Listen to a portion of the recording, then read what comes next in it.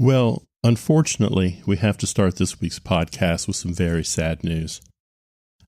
I've been informed that Scott Steele of the University Resident Theater Association has passed, and this is a great loss for the American theater. You know, for many years, Michael Connolly was head of the acting program at SMU and a good friend of Scott's, and they saw each other twice a year and talked about the stage and talked about students and the nature of the American theater. And last night, Michael sent me this note. Scott Steele of the University Resident Theater Association has gone west. He was a gentleman of vision, wit, charm, intelligence, and boundless goodwill.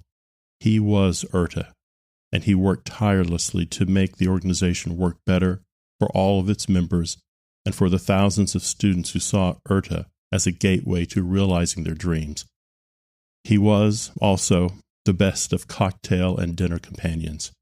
We whose lives he touched and made better will be less without him. Scott, I'm going to miss you.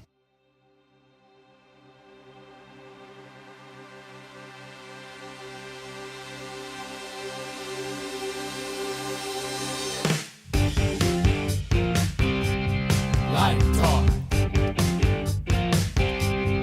Lumen Brothers. Light Talk. Light Talk. Light Talk. Lumen Brothers. Light Talk.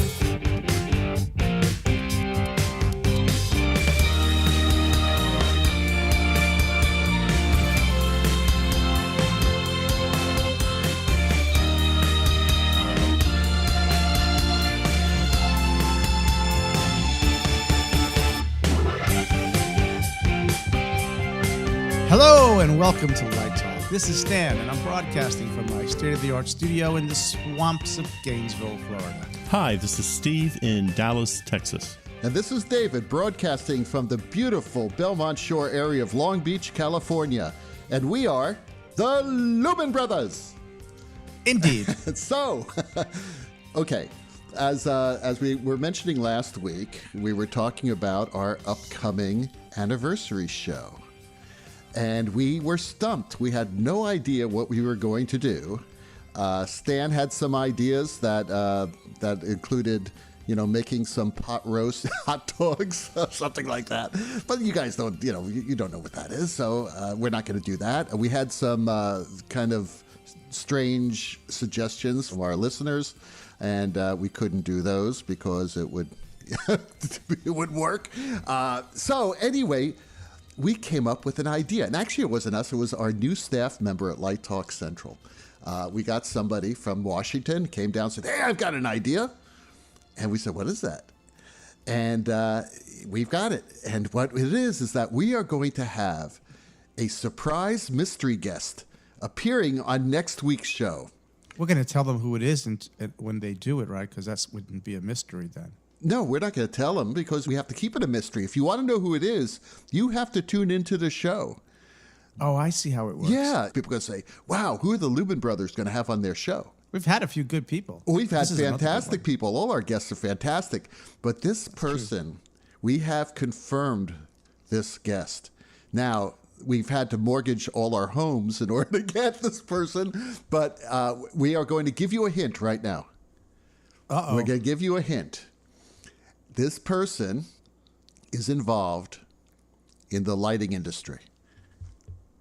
So there are no politicians, there are no celebrities, although this person could be called a celebrity, I guess, in the lighting industry.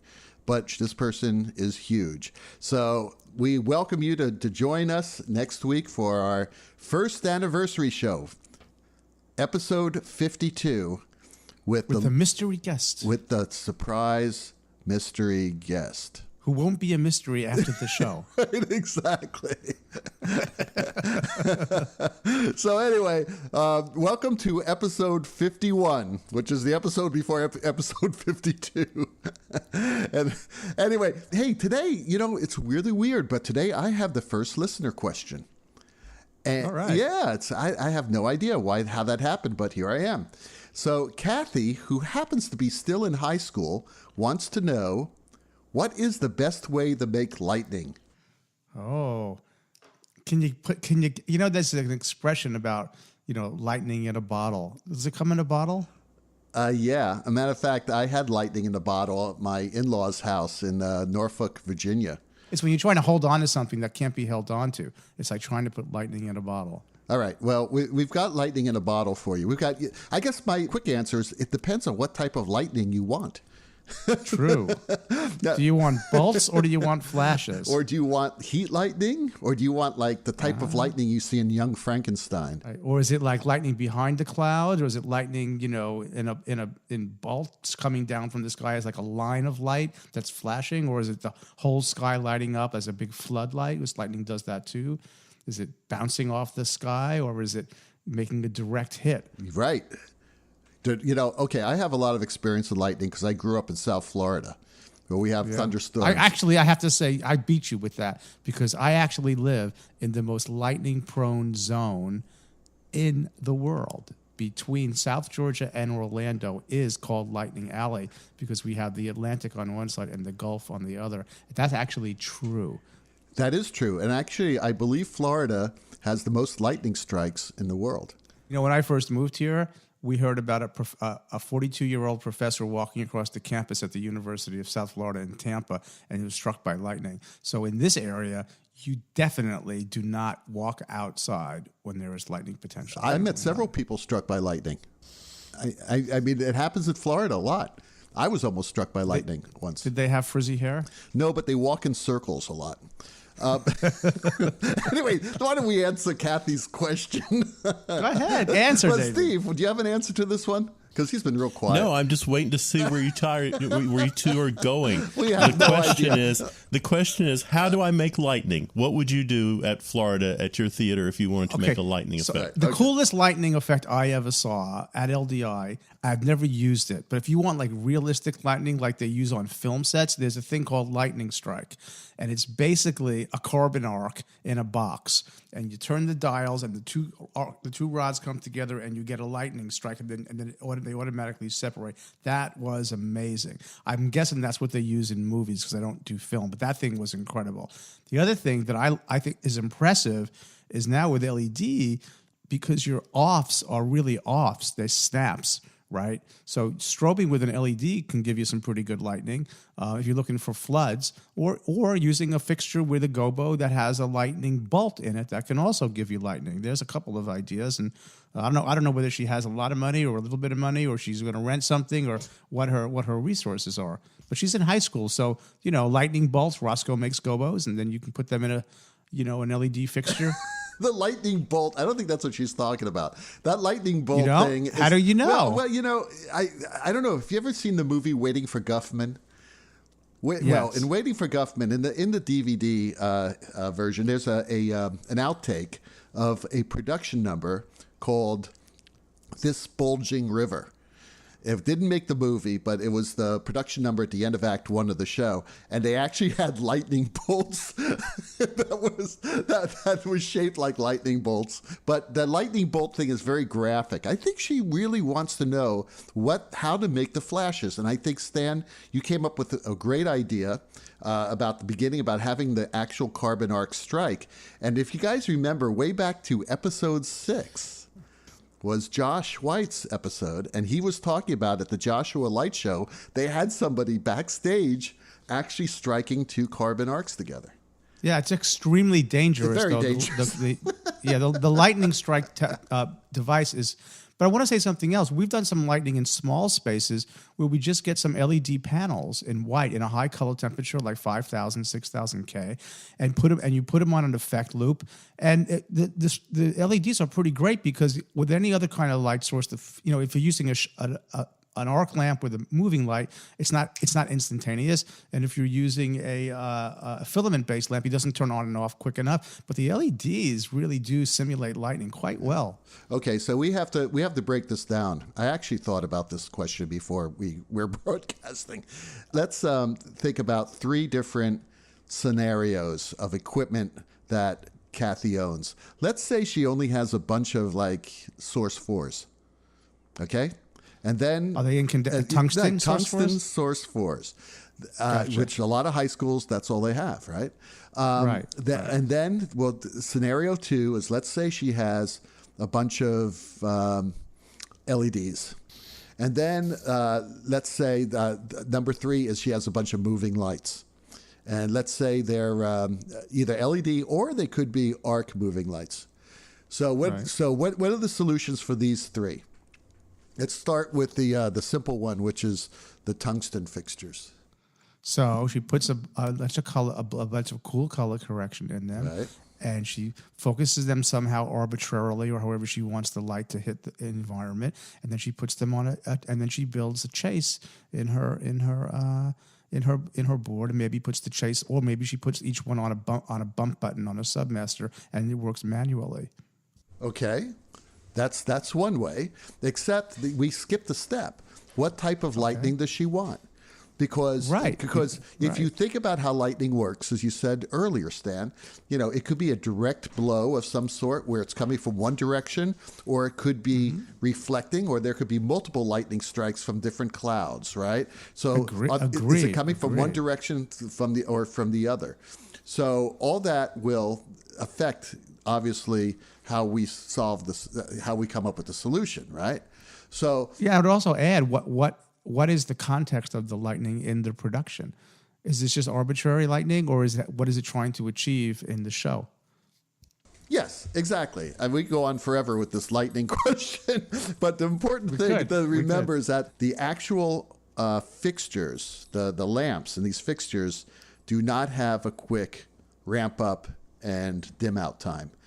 They are tungsten fixtures, so you're not going to get the super fast strobe effect. That's why, right, exactly. So I have found if you have limited types of fixtures, for some reason, lightning works better using pars.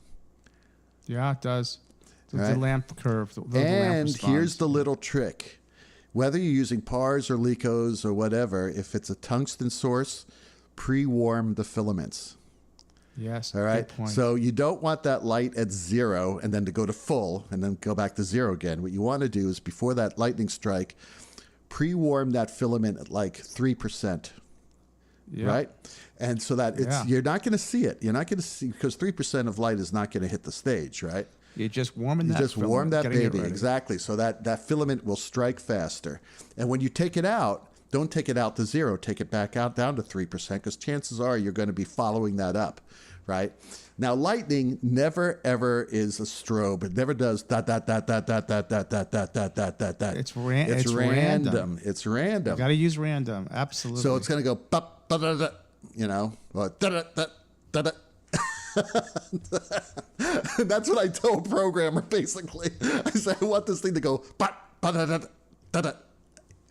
And the programmer would do that. So that's the first. Steve. Do you have anything to say about this besides how silly we are? I'm being entertained by this 30-minute answer. Okay. Then the second way is a lot easier because you're using LEDs. So Stan, go. Well, what's great about LEDs is you don't have that warm-up time. That the on and off is so instantaneous, and you can get that really true, like white, hot, cold, neutral that feels like, looks like, gives the sort of color rendition that lightning does, because it's such a high color temperature. I don't really know exactly what the color temperature of lightning is natively, but it's coming through the atmosphere. You got clouds and dust particles and all of that. But I like that the LED, and then again, I agree. You put those. You can just use LED panels. You don't need if you're looking for the flash, you don't need a lot of specific focus. And then you put them on a random chase, and in those most chases you can go down to 1/10 of a second, and it really works beautifully. It's very fast. Short answer. Very fast. Very fast. Yeah, very fast. And then the third way is with, let's say, discharge fixtures, moving lights. I don't know. I have not had success so much. I mean, if they're discharge lamps, you're using. I don't know. Do you use the strobe? You use the shutters? How fast can they move?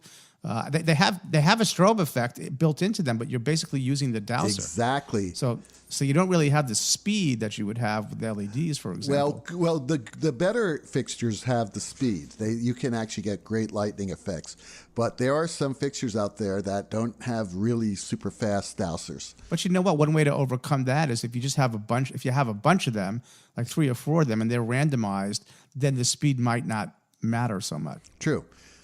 So those are your 3 ways. Remember that lightning is always random. I mean, I have a third-year student who just opened a terrific show last night, and she had lightning effects in it. And she, for placeholders, as she was developing the show, she was just throwing the strobe in there, So when the lightning happened, it was like, da-da-da-da-da, And, of course, I looked at her, and she said, it's just a placeholder, David. I said, of course. We're not there yet. She knows how to do lightning. So, and when you do lightning, make sure that you have proper protection, that you're well grounded. Yes, make sure that you're wearing rubber-soled shoes, right? And you don't do it in a thunderstorm. So, Steve, do you have anything to add to this? Nope. Steve is watching Light Talk go down the tubes. He's waiting for the next question. No, I'm playing World of Warcraft right now. Oh, Jesus.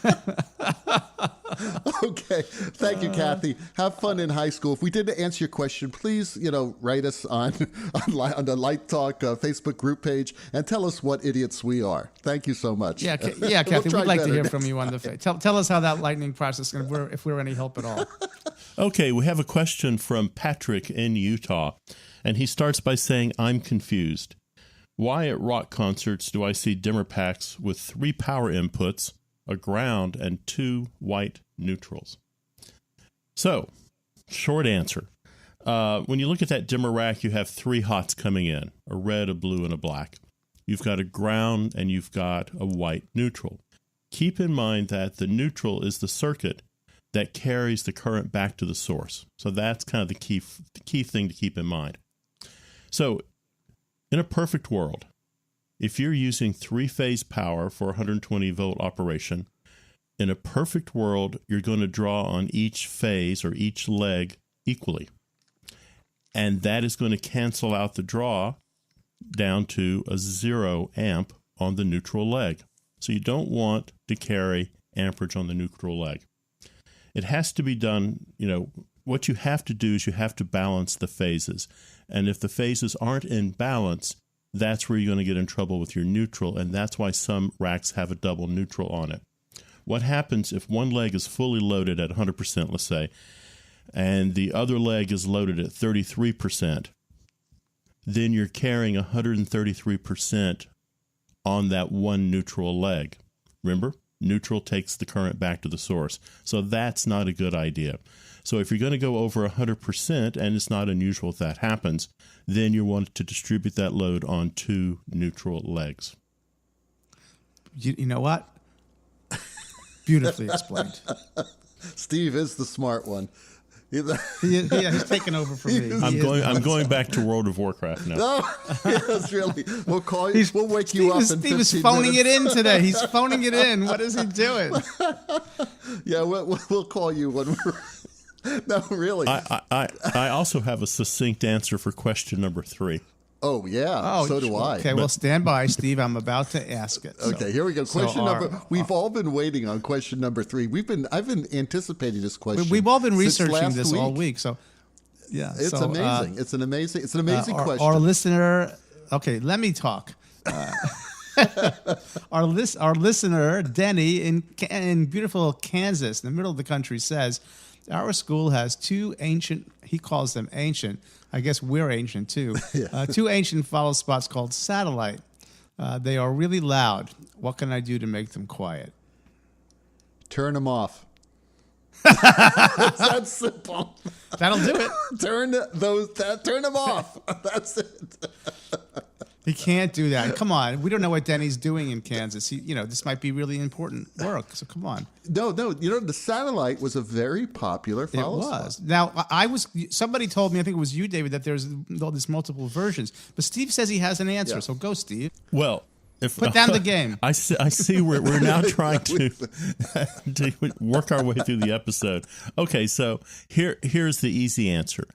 lubricate the whole follow spot. Use graphite on the iris. Don't put any kind of grease on an iris. You'll just kind of make it all gunky. There is a good product called Krytox by DuPont, and that is going to be a grease lubricant for anything that's metal on metal or metal on plastic. And the ticket before you add lubricant is simply take alcohol and degrease the parts. Now, if you want to get really crazy, I would look at a company called Penn-Elcom.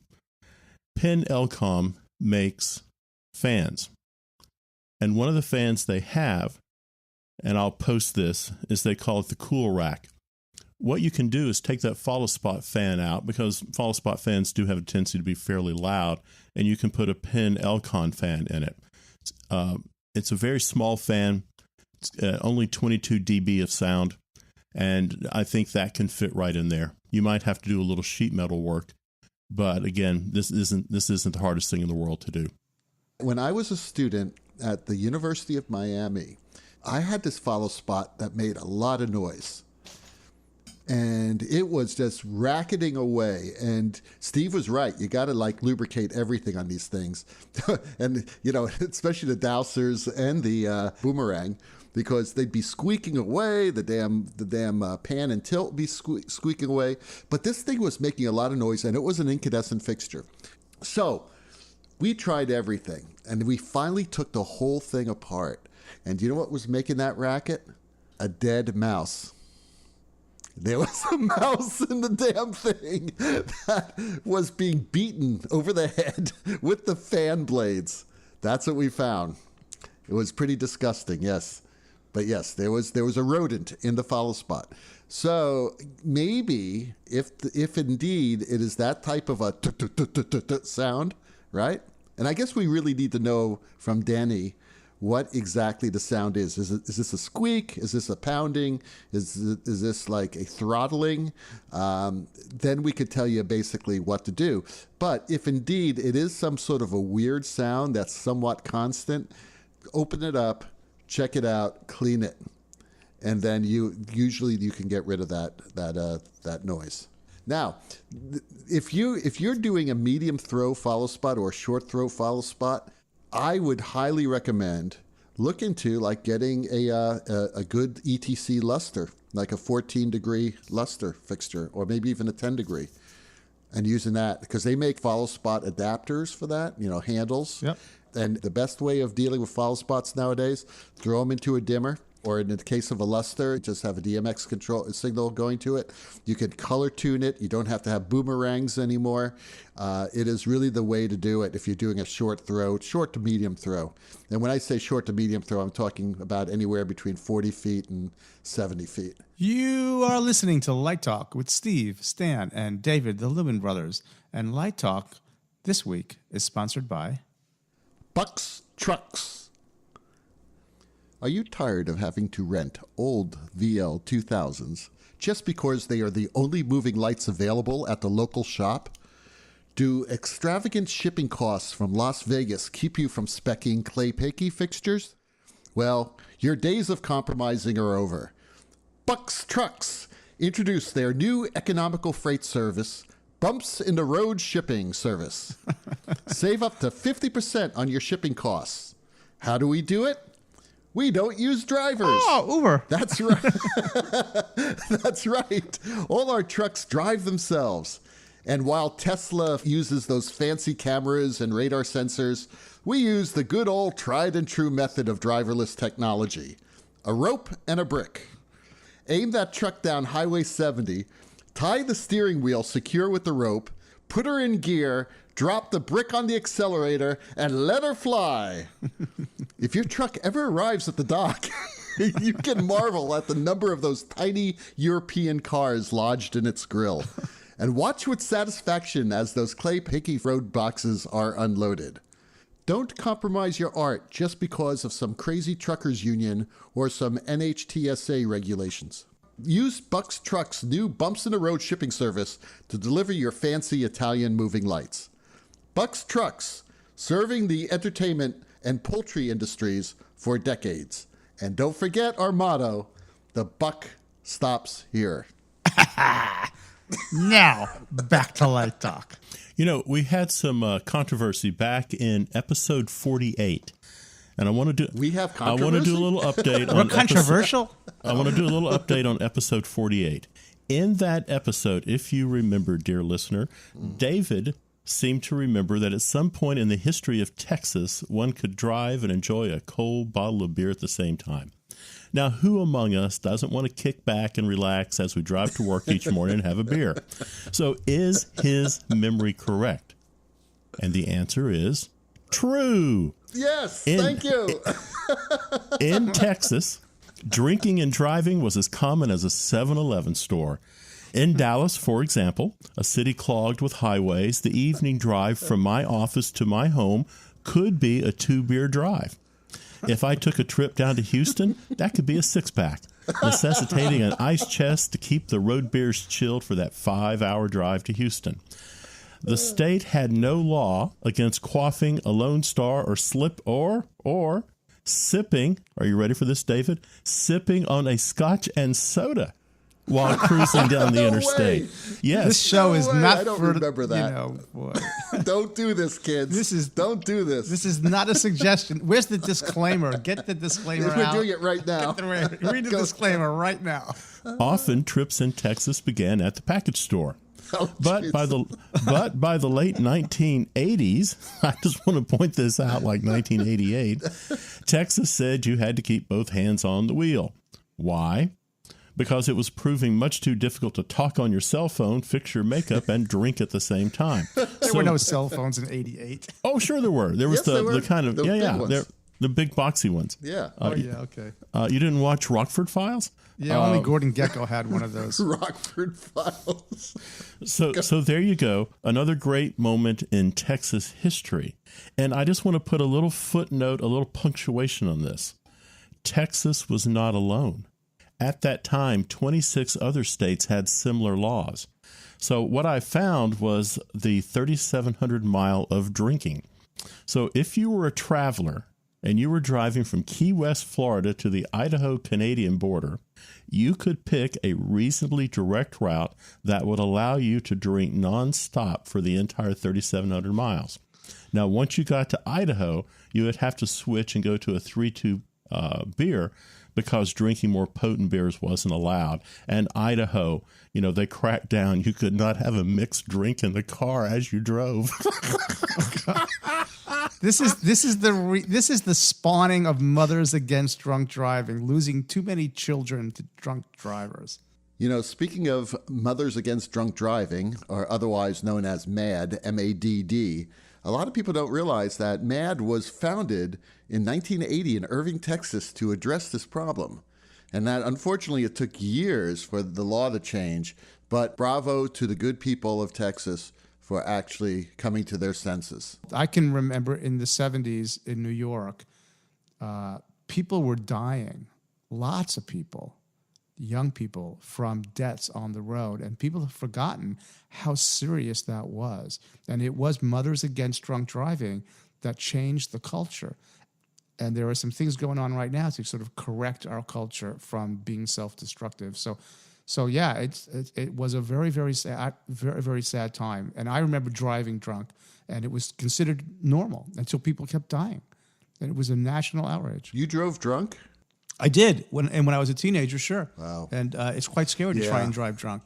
It's terrible. It's really a serious issue. And it was the mothers who didn't want to lose their children. That really took them. It took them 10 years to change the culture, and then it took the governments longer to start doing DWI checks and to really. Now I think young people know who's going to be the designated driver. That was not the case, and the hardest thing in the world to do is to change a culture. That's right, but a lot of people got on board. I mean, even the alcohol companies, the beer companies. It took a long time. More people are killed on our highways than in a lot of wars. That's right. It took a long time, and they were the same arguments. Oh, it's my freedom. I want to do what I want. I don't want people telling. And it was. I mean, you could hear the same arguments over and over again. So I just want to point out that in a serious way, and it's funny to think about and laugh about, but people dying on the roads a completely avoidable situation. And we have a similar thing going on in other areas I'm not going to bring up today to be too heavy on the show, but it took decades to shift and it's public pressure that did it. Absolutely. So, Steve, you have our last listener question today. And we have a Steve in Texas. And he says, fluorescent lamps run fairly cool to the touch, yet it's an arc source lamp and thus has an arc of electricity running between the electrodes. Why does it not get super hot like arc lamps? I think there's a fallacy in the question there. And I think it's how fluorescents work. Right. So the idea here is that you do have two electrodes, an electrode at either end of a glass tube, and that glass tube is filled with gas. It takes a very low arc, if you will, to actually energize that gas and to keep it running. Where the real heat occurs is in the ballast itself, and I think that's where the danger of a fluorescent is. So low energy to energize that gas in there. And the ballast gets really hot because of the process it takes to generate the power to make the initial strike of the lamp. It's why you don't see a lot of fluorescents in home use. They're dangerous because the ballast does heat up. And it's also why you see a lot of fluorescents in commercial use are actually suspended so they can get air circulation around that ballast. So it's not like there's a giant arc running through that thing. It's true. I did a little research on this as well. Everything Steve says is accurate. And also what goes on is once the mercury vapor has been vaporized in the tube and it starts to glow, the ballast actually acts sort of like an SCR. It turns on and off. It just maintains the amount of charge to keep the gas vaporized and the light warming up. If the ballast did not turn on and off and reduce the current, the lamp would eventually heat up and explode and crack. So that's actually what's doing it. And then and that's considered a low pressure arc lamp, whereas HMIs and HIDs and those are considered high pressure lamps. And so the gas in those lamps gets a lot hotter because of the pressure buildup inside. But yeah, Steve is absolutely right. Can I add something here? I absolutely hate fluorescent lamps. I've never felt this way about a piece of technology before. But fluorescent lamps are really the worst thing for existence of the human species. That's a little harsh. I know it's somewhat hyperbolic, but this is true because you go into a room that's lit with a fluorescent fixture, and I don't care if it's color temperature corrected and all that stuff. People just look terrible.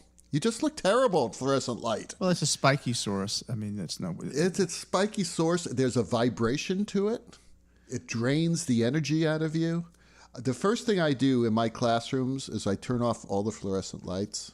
And if I have to, I buy some torch-year lamps, some incandescent torch-year lamps, and just, I can't handle it. I can't do a 4-hour class in fluorescent lights. Some people are particularly sensitive to the flicker in those types. That's of what sources. I am. I'm very sensitive to that. And it drives. I really actually get crazy. Sometimes I start speaking in pig Latin. I have no control. So I have to turn off these lights. My office, the lamps are off all the time. And then I criticize others in their offices because I will go into their offices. I'll say, you need to get better lighting in your offices.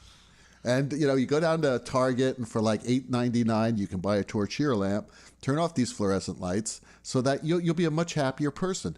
And the people who actually listen to me, and there aren't many, but a few do, will actually do it. And they'll say, David, you're right. Oh, my God, it's so nice in here. I say, you see? So I am so happy that now whenever a set designer comes up with the brilliant idea to have fluorescent practicals on their set because they want the fluorescent tube effects, that we could easily recreate that with LED tape. Well, but LEDs are a very spiky source as well, but we're managing that by how the phosphors are made on them. Maybe it's psychosomatic or something like that. But all I know is how I feel, and I don't have the same feeling under LED as I do under fluorescent. One of our listeners may prove me wrong and say, actually, you should be feeling worse. And then all of a sudden I'll feel worse, and then I'll go back to incandescent Let me lamps. explore this with you for a second, David. If the fluorescent fixture in a room or an office is an indirect or a direct-indirect type fixture where most of the light is bouncing off the surfaces of the ceiling or the sidewalls rather than a glaring tube, does that change your response to it at all? No. It doesn't. I mean, it doesn't matter. I mean, I would rather.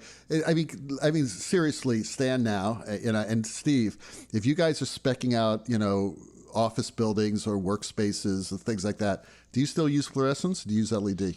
At this point, now that the efficacy of the LED has matched or beat the efficacy of a fluorescent, I think I would not. There were very few instances where I would use a fluorescent lamp. I mean, if you guys go down to Light Fair, it's all LED. It's all LED. There's very little fluorescent there too. Yeah. So really, thank God for that. I mean, that's probably the greatest thing that LED has replaced. But David, fixtures. you mentioned some of your students were talking about the concerns about environmental sensitivity in lighting, and absolutely. And one of the arguments about complete adoption of LED in our world is that if you pulled every fluorescent tube down tomorrow, you'd have an extraordinary amount of mercury that you would have to deal with, because there's a drop of mercury in all of them. And the same issue is going to come up with LEDs, because when they do die, those rare earths are not something you want in the water table either. And there's some movement in some of the waste management companies to create recycling methods for solid state technologies. The Department of Energy has some interesting documentation on this question, because it's about the life cycle of any light source. It's a sort of a complicated conversation. But anyway, I think we answered the question and then some, didn't we? Yeah, I think so. I went off on that weird tangent about it, but maybe we get Elon Musk to load up one of his space vehicles with fluorescent tubes and just send it out to Mars or something like that. It's out in space. That's the way we get rid of it. Take it to a planet with lots of mercury, so they'll all feel at home. Exactly. Send it to Mercury. Send it to Mercury, right? We'll send the Mercury to Mercury. Send the Mercury to Mercury. There's the name of the show. Mercury to Mercury. Yes, that's it. We came up with the name. It happens every show. Anyway, that Hammond organ solo in the background tells us that once again, you've wasted a good 40 minutes of your life. No, we didn't waste it. It's precious. Well, it's precious. You're right. A precious 40 minutes of your life listening to Light Talk. Look for the next episode of Light Talk here on iTunes, Spotify, SoundCloud, Google Play Music, or the Light Talk Facebook group page. And while you are there, post your comments and questions, and be sure to subscribe to Light Talk. That way you will not miss 1 second of Lumen insanity. No guarantee is offered regarding the accuracy of any statements or opinions made on this podcast. In other words, keep those ballasts cool so you don't burn down your theater. Keep your ballasts. Light Talk is written and produced by the Lumen Brothers, coming to you from Long Beach, Gainesville, and the Lone Star State. Don't forget to keep those questions coming. We really enjoy them. You can email us at David, Stan, or Steve at lighttalk.org. And be sure to tune in next week when we present our 1-year anniversary show with our surprise mystery guest. All that and a new sponsor, Light Talk, coming your way every Saturday. Yes, see you then. Bye-bye, everybody. Bye-bye from Light Talk. See you later. Bye-bye. Light Talk.